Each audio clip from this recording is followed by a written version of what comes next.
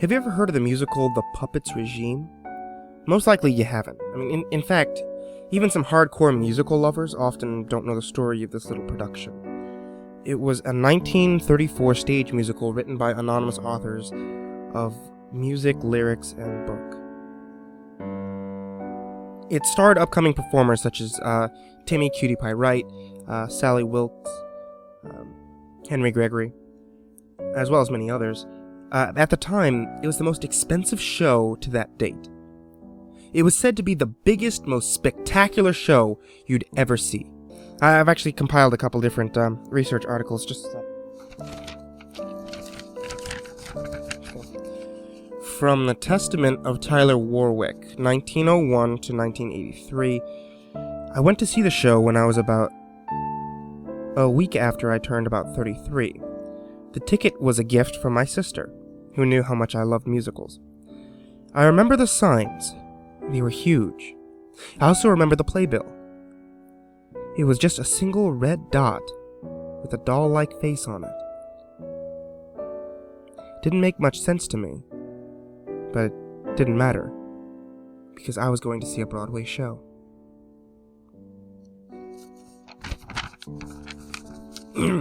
From the Testament of Georgina Long, the cast was made completely of new people, kids and adults, who were longing to get back on the stage after vaudeville stopped being popular. It was quite charming, really. I do remember how odd the whole thing was. All the playwrights and lyricists, and everyone, were all unnamed, and that playbill. It was like a red drop, with a peculiar little face on it. Not even a title, just the little red dot. I had come to New York with my parents to cheer the family up after my grandmother had died. A Broadway musical seemed to be just what they needed.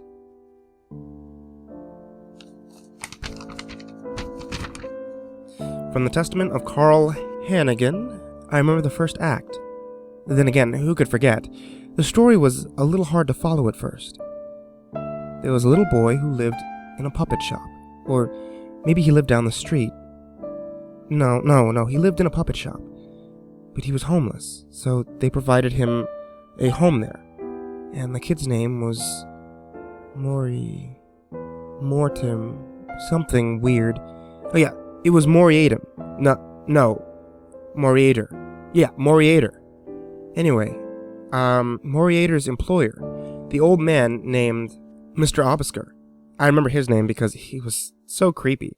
I think his character was a pedophile. The two of them sang this weird song about puppets.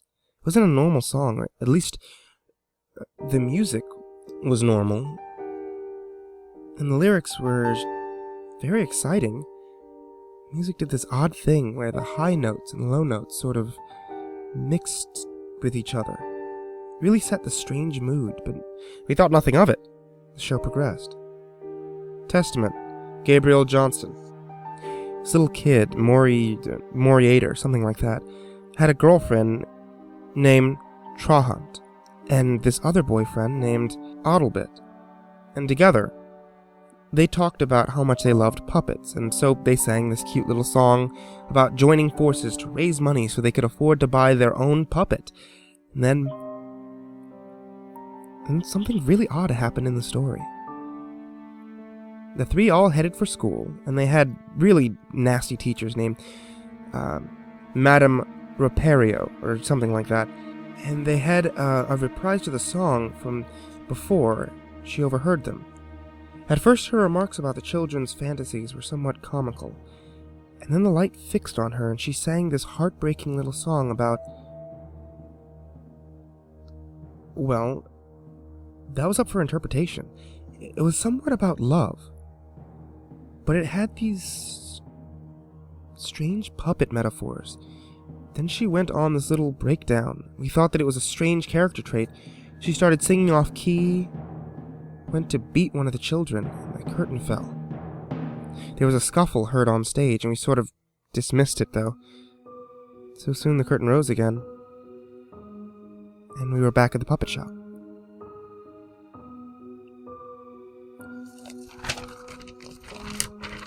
From the Testament of Lewis Roberts, 1905 to 1967. Moriator and his friends went to town and sang a song about selling dolls, I think it was, because the little girl had made dolls in her spare time, and she had to sell them. I remember those strange background characters. The company was so absolutely monotonous. They all wore some dark clothing, and each of them were very, very tall. I can remember how they all had their faces covered up by their hair or hats or veils. None of them spoke. None of them even sang during the course of the show. They just walked in perfect straight lines, as if they weren't even part of the show. Anyway, this strange song about buying dolls, it had absolutely no life, but for some strange reason, these kids were putting their all into it. I mean, I could see the pain on their faces as they hit those high notes. Something else. As the lyrics went on, they seemed to get a little...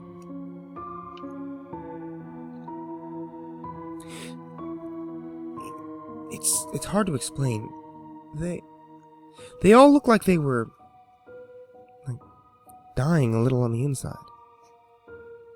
They looked so pale and nervous all of a sudden. Honestly, it made me a bit anxious. From the Testament of Carrie Laurie. The kids all got their money from the strange man in a cloak who sang a simple little tune, and I still remember the lyrics. Despite the fall of rain, little kitties, everyone needs a little song. Wooden dolls give you pain, little kitties. Go on, little kitties, run along. His character was never really explained, but I remember how truly gripped the melody was.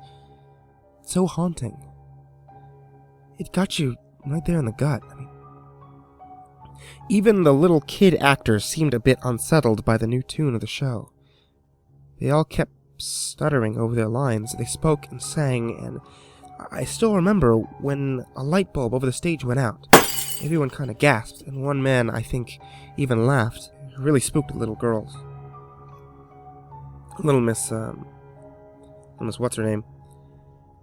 And all the names were so odd. I mean, all I know is the light bulb had gone out, and the actors were stumbling across the stage, and the whole thing looked like a terrible flop. From the Testament of Marcus Edgar, 1918-1968. So after the light bulb went out, the whole set started falling apart. We, the audience, tried our best to ignore it. We found it near impossible. The set pieces for the puppet shop screeched its way onto the stage. We could see it in the far back of the paper sky background falling down, and the light went dim in what we assumed was an attempt to hide the malfunctioning set pieces, and the kids, with the help of an oddly monotonous Mr. Obiskar, constructed the puppet. And, this weird song played. To this day, I don't know what they were saying. It sounded somewhat like Latin, but I went on to study Latin in college the next year and found it to be no way the language. I remember how it enchanted me, though. And it enchanted all of us. We all began to feel this thing course through us. I remember a few people around us who were all humming in an attempt to rid themselves of the sound, and I could hear people in the front rows crying out in what sounded like pain. The actors themselves sounded as though they were all about to pass out at any moment. They were doing this odd sort of ballet. They were tripping all over themselves, and I could remember a few more lights flashing, breaking. We all sat, waited for the song to end, when I'm sorry. I can't. From the Testament of George Frank. The lights were going on and off at random, and we were all praying the damn song would end soon. And it had this force going with it. It was sucking us in. We could feel it. The little kids and Puppet Man were dancing all around when you see... From the Testament of Carolyn Mark, the lights were completely out of control. It was a mess, and that song, it was awful. But something about it was powerful. It had force. I watched intently as the dancers began to skip around and I thought they were the lights.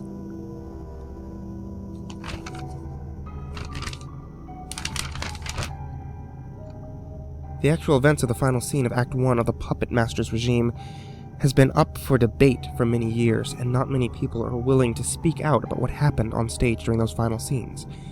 Many believe that there is no actual record of an interview with somebody who's willing to tell the story. But that's not true. There's one testament survives, from Billy Prescott, who was only 6 at the time of the show. At such a young age, one might assume he was unaffected by what he recalls happening. I don't remember a lot because I was just a kid. All I can remember is that song. It was giving me a headache. I turned to my father to ask him if I could leave, when suddenly I saw the stage illuminate with this red light. The music stopped as one instrument after another died out, and I swear I heard pounding underneath the stage. Everyone was questioning what was happening, even the actors. I remember that teacher lady being pushed through the door to the shop, and some assembly members ran on stage for some reason and just stopped. I remember a few people started crying right there on the stage when suddenly this curtain came forward. It's hard to describe what it looked like. It was a clear plastic wall. It came down from above. Several years later, I saw Carrie the musical on Broadway during one of its few runs. That thing that came down on the prom goers when Carrie was using laser lights to kill everyone. It was just like that. A bunch of set pieces from the earlier scenes came down on the stage, trapping all the actors in the center, and then chaos erupted. The actors were pounding on the plastic wall thing when suddenly the curtain flew out and left us all in the dark, and the audience at the time thought that it was just a really twisted ending to a terrible musical, and we were all about to get up when suddenly the curtain opened up again, revealing a single light. And in it was the little boy, Moriator. He had clawed his way through the plastic wall. We could see this blood on his hands, but I remember how he looked. There was this strings attached to every part of his body, like a puppet.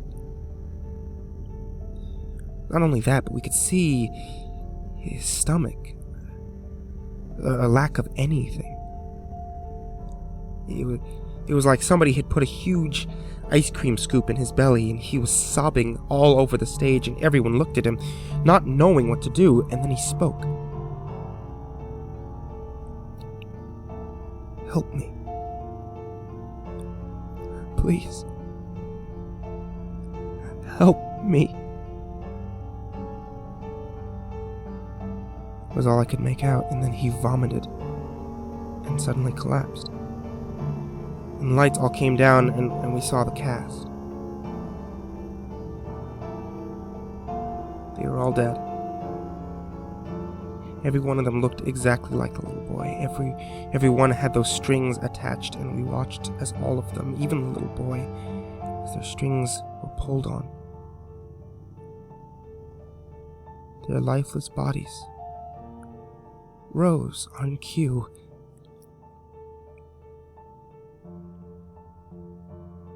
And they bowed.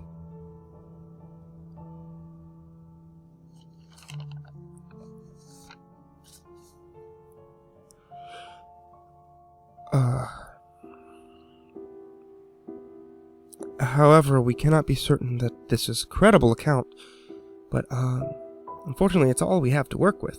The Puppetmaster's regime sparked horrible debate among the theater companies. Several audience members had to be treated to special therapy for years to come, and the show itself was covered up by the police. For several years to come, the theater company as well as the police department, that never managed to solve the gruesome murders of the cast of the show, denied that the play ever existed. However, in recent years, the stories resurfaced, sparking much new debate on the subject. The theater that housed the show still refuses to acknowledge the show's existence, and most theater historians know nothing about the show in general. To this day, the identities of the anonymous lyrics and music writers are unknown, and all copies of the recordings of the songs and police reports have been destroyed. However, through ancient illegal copies of interviews, theater records, we can gather a bit of information on the show. The show itself had its first workshop in London during 1928. One of the show's songs, Get a Puppet, was recorded with vocals by 12-year-old Garris Creeley. However, this recording has been lost and is only available in the black market of the internet. And other than that, no official records that we know of were ever made. Some ancient accounts say that an illegal taping of the final scene of Act 1 was recorded from backstage. But we can't be certain that this is anything but a rumor. As for any official memorabilia, very little of anything was ever made for the show to be remembered by. Oddly enough, the show was never advertised, yet it somehow was well known enough to have booked tickets for several months to come. Playbills from its premiere night were given out. Most audience members destroyed their copies after seeing the show, but legend has it around 10 or 12 survived. On another note, over the years, the show has grown a small cult fan base. And here recently,